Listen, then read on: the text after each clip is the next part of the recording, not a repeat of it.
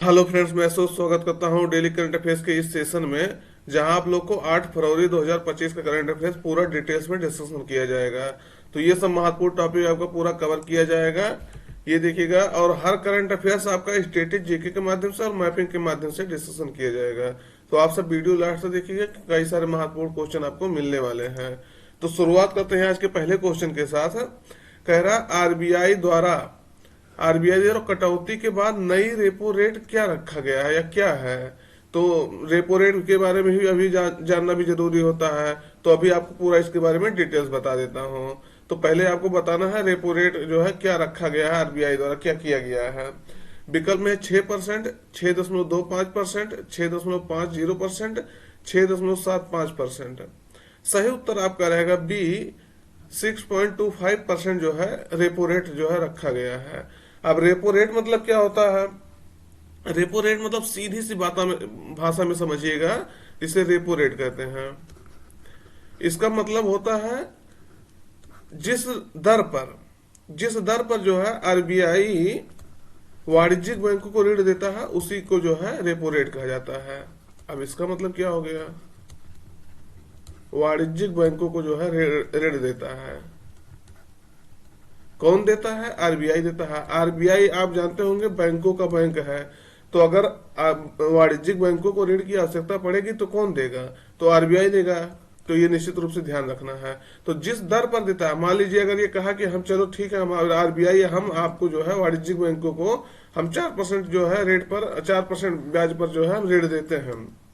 यानी इस समय अगर मान लीजिए 6.25% है, तो ये घट करके जो है अगर 4% आएगा तो रेपो रेट क्या हो गया? घट गया। इसी को कहा जाता है। तो रेपो रेट जो है कम कर दिया गया। किससे कम कर दिया गया है? 6.50% था, उससे जो है 0.25% जो है कम करके 6.25% कर दिया गया है। तो यही होता है वाणिज्यिक बैंकों को जो है, जो आरबीआई वाणिज्यिक बैंकों को ऋण देता है, उसी को जो है रेपो रेट कहा जाता है। तो ये आपको ध्यान रखना है। अभी रिवर्स रेपो रेट भी क्या होता है? सेम सीधे से मतलब होता है जिस दर पर जो है वाणिज्यिक बैंक आरबीआई को जो है ऋण देते हैं, तो इसी को जो है आरबीआई जिससे जो है आरबीआई ऋण देता नहीं, आरबीआई जिससे, ऐसे कहिए ना, वाणिज्यिक बैंक जो है वाणिज्यिक बैंकों से आरबीआई जिस दर पर ऋण लेता है, क्योंकि आरबीआई भी जो है ऋण लेता है, तो वाणिज्यिक बैंकों से जो है जिस दर पर ऋण लेता है वो होता है आपका रिवर्स रेपो रेट। ये उल्टा कह रहा है, उल्टा। देखिए रिवर्स मतलब उल्टा होता है, तो रिवर्स रेपो रेट उसे कहा जाता है। तो ये दोनों बातें आपको जो है ध्यान रखना है, एकदम महत्वपूर्ण बातें हैं, हमेशा जो है पूछा जाता है। तो 6.25% इसको जो है रखा गया है। तो आरबीआई ने रेपो दर में जो है 25 आधार अंकों यानी 0.25% की कटौती करके 6.25 कर दिया है। इस कटौती से क्या होगा, फायदा क्या होगा? जैसे देखिए अभी आप ही हैं, अगर लोन ले रहे हैं, अगर लोन आपको सस्ता मिलेगा तो निश्चित रूप से जो है आपका फायदा रहेगा। जैसे मान लीजिए अगर आप 1 लाख का लोन लेते हैं, 1 लाख का, तो उस पे जो है अगर मान लीजिए 8% के, वर्तमान में मान लीजिए 10% का आपका टैक्स देता है, सॉरी इस पे टैक्स नहीं कहेंगे, इसको ब्याज देते हैं इसका, 1 लाख पे 10% ब्याज देते हैं। लेकिन यही ब्याज अगर 5% हो जाए तो आपका फायदा होगा कि नहीं हुआ? आप अब ऐसे समझिए। अब तो वो निश्चित रूप से आधा आप जो ब्याज देना पड़ रहा था आपको, वो आधा देना पड़ेगा। तो ये निश्चित रूप से आपको ध्यान रखना है।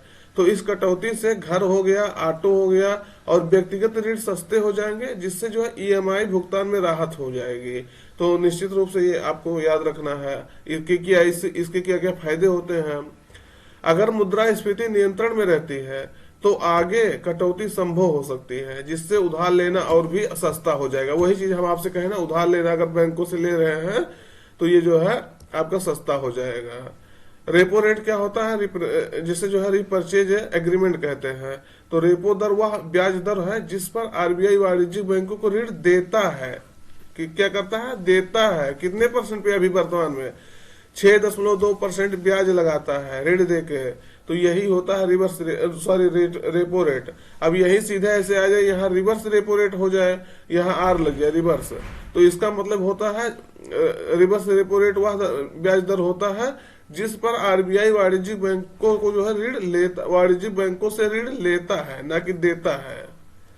तो ये आपको याद रखना है, क्योंकि आरबीआई भी जो है इससे इनसे जो है लोन लेता है या ऋण लेता है। तो ये जो है इसका बेसिक फार्मूला था, क्वेश्चन पूछा जाता है, इसको ध्यान रखना है। और आरबीआई के बारे में जानेंगे जस्ट 1 मिनट। तो आरबीआई की स्थापना जो है आरबीआई एक्ट 1934 के तहत 1 अप्रैल 1935 को स्थापित किया गया था। हेडक्वार्टर इसका मुंबई में है, आप सब जानते होंगे। संजय मल्होत्रा वर्तमान में इसके जो है अध्यक्ष हैं, संजय मल्होत्रा। अभी किसके, शक्तिकांत दास के स्थान पे ये बनाए गए थे। अगला है, हाल ही में north east investments road show का उद्घाटन किसके द्वारा किया गया है। तो विकल्प में है पीयूष गोयल, ज्योतिरादित्य सिंधिया, राजनाथ सिंह, नरेंद्र मोदी। सही उत्तर आपका रहेगा ज्योतिरादित्य सिंधिया ने। तो इसके बारे में क्यों किया गया है इसका उद्घाटन। तो केंद्रीय मंत्री ज्योतिरादित्य सिंधिया ने पूर्वोत्तर क्षेत्र विकास मंत्रालय द्वारा आयोजित north east investment road show का उद्घाटन किया है। इसका उद्देश्य होगा निवेश आकर्षित करना और पूर्वोत्तर की प्रयुक्त क्षमता को जो है खोलना, ताकि इसे जो है बढ़ती हुई आर्थिक महाशक्ति के कारण देखिए बढ़ती हुई आर्थिक महाशक्ति के रूप में जो है स्थापित किया जा सके। तो ये आपको ध्यान रखना है। भारत के अगला क्वेश्चन देखिएगा, भारत के किस राज्य को जो है आधिकारिक तौर से ऑफिशियली जो है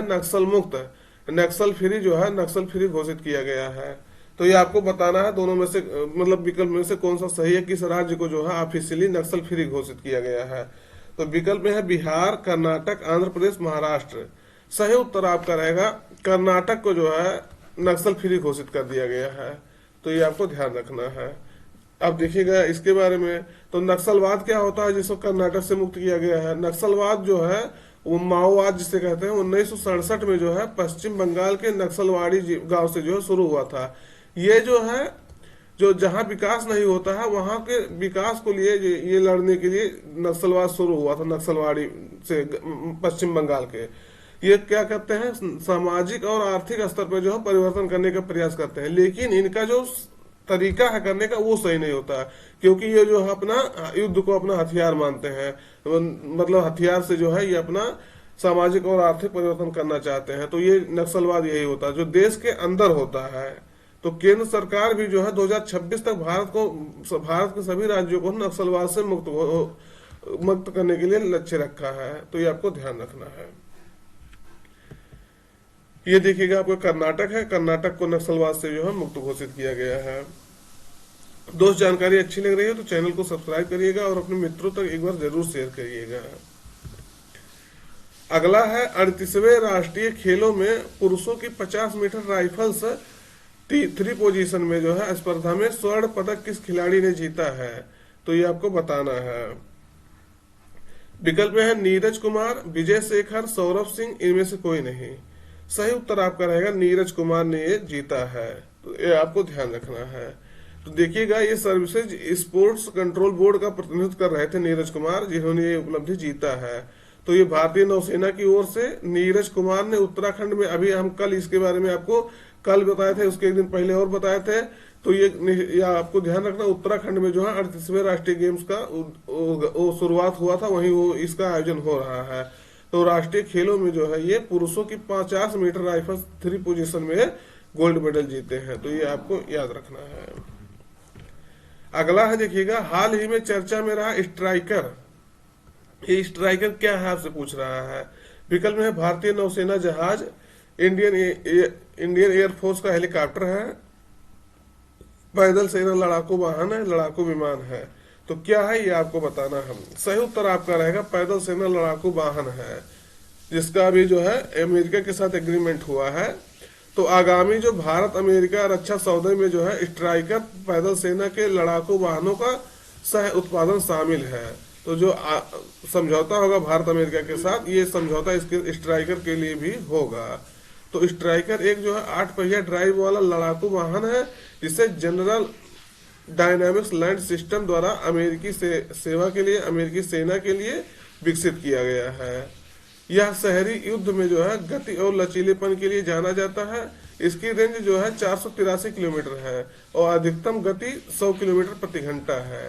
तो ये आपको ध्यान रखना है। ये देखिएगा आपका 8 पहियों वाला है, तो इसको ध्यान रखना है। अगला है चर्चा में रहा चेंज E7 मिशन, जो चांद के दक्षिणी ध्रुव के लिए है, किस देश का मिशन है? तो ये अभी देखिए लॉन्च नहीं किया गया है, इसको लॉन्च किया जाएगा। तो ये किस देश का मिशन है इसे लॉन्च किया जाएगा? तो विकल्प में है जापान, रूस, चीन, इंडोनेशिया। सही उत्तर आपका रहेगा ये चीन का मिशन है जिसको लॉन्च किया जाएगा। तो ये याद रखना, इसके बारे में कुछ विशेषता देख लीजिएगा।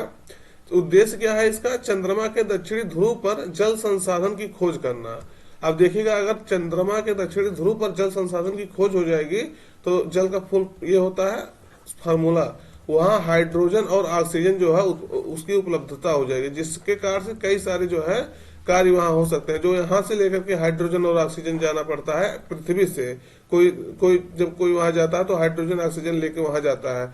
अगर ये मिल जाता है तो निश्चित रूप से बहुत इससे फायदा होगा आने वाले समय में। तो इसकी खोज के लिए जो है जाएगा। तो इस मिशन में एक फ्लाइंग रोबोट होगा, शामिल होगा, जो चंद्रमा के कठिन भूभाग को पार करने के लिए जो है बनाया गया है।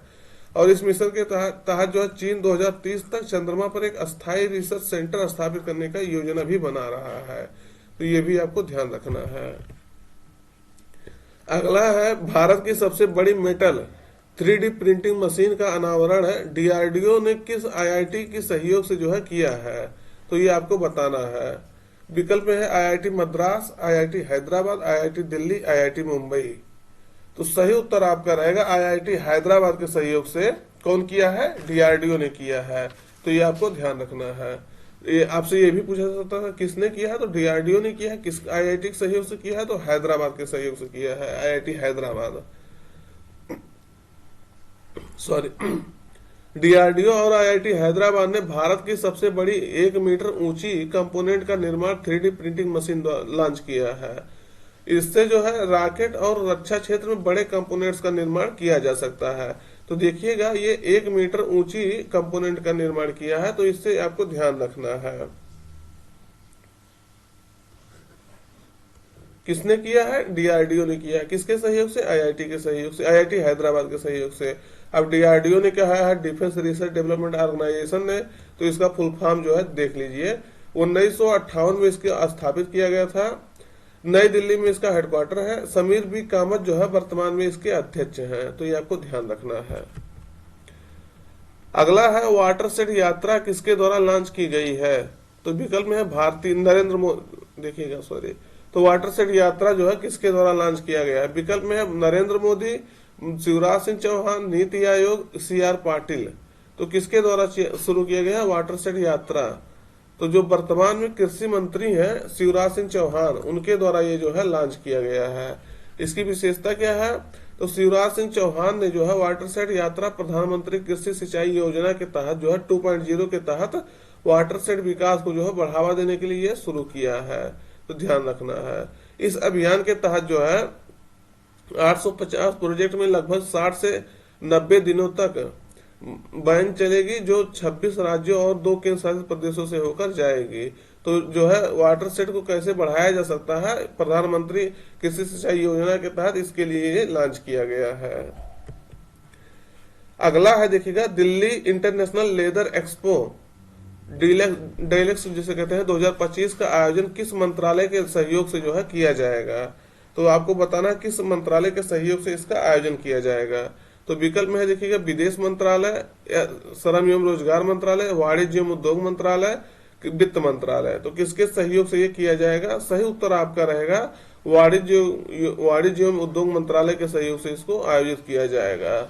तो ध्यान रखना है। तो वाणिज्य एवं उद्योग मंत्रालय जो है भारत सरकार दिल्ली में जो है अंतर्राष्ट्रीय चमड़ा एक्सपो का 6ठा संस्करण 20 से 21 फरवरी 2025 को India international convention and expo centre Dwarka में जो है नई दिल्ली में आयोजित किया जाएगा। तो कौन करेगा? वाणिज्य एवं उद्योग मंत्रालय के सहयोग से भारत सरकार। देखिएगा, यह कार्यक्रम चमड़ा निर्यात परिषद जिसे कहते हैं CLE council of leather export द्वारा वाणिज्य और उद्योग मंत्रालय भारत सरकार के सहयोग से आयोजित किया जा रहा है। तो ध्यान रखना है। अभी इसके लेदर के बारे में अगर बात आ गई है, लेदर जिसे चमड़ा कहते हैं, तो आपको ये जानना है कि चमड़ा का अगर शीर्ष चमड़ा उत्पादक देश देखेंगे, शीर्ष जो सबसे ज्यादा चमड़ा उत्पादन करता है, तो आप देखेंगे चीन हो गया, इटली हो गया, और आपका जर्मनी, ब्राजील, जर्मनी, ये सब देश जो है आगे हैं। तो भारत इसमें जो है चमड़ा उद्योग में सबसे आगे नहीं है, ये आपको ध्यान रखना है। तो शीर्ष चमड़ा 3 देश देखिए चमड़ा उत्पादक, चीन, इटली और ब्राजील। और अगर शीर्ष राज्य देखेंगे भारत में जो चमड़ा का उत्पादन करते हैं, तो शीर्ष राज्य में आपका कौन आएगा, ये देखिएगा शीर्ष राज्य में आपका आएगा तमिलनाडु, उत्तर प्रदेश, पश्चिम बंगाल और महाराष्ट्र, EMH। तो ये भी आपको ध्यान रखना। तमिलनाडु में सबसे ज्यादा जो है चमड़ा का निर्यात, सॉरी, उत्पादन होता है, और उसके बाद से उत्तर प्रदेश आता है, उसके बाद से पश्चिम बंगाल और महाराष्ट्र। तो ये आपको ध्यान रखना है, क्वेश्चन इंपॉर्टेंट हो जाएगा आपका। दोस्त जानकारी आज का यहीं तक रखते हैं। अगर चैनल सब्सक्राइब नहीं किया तो सब्सक्राइब करिएगा और अपने मित्रों तक एक बार जरूर शेयर करिएगा। Thank you.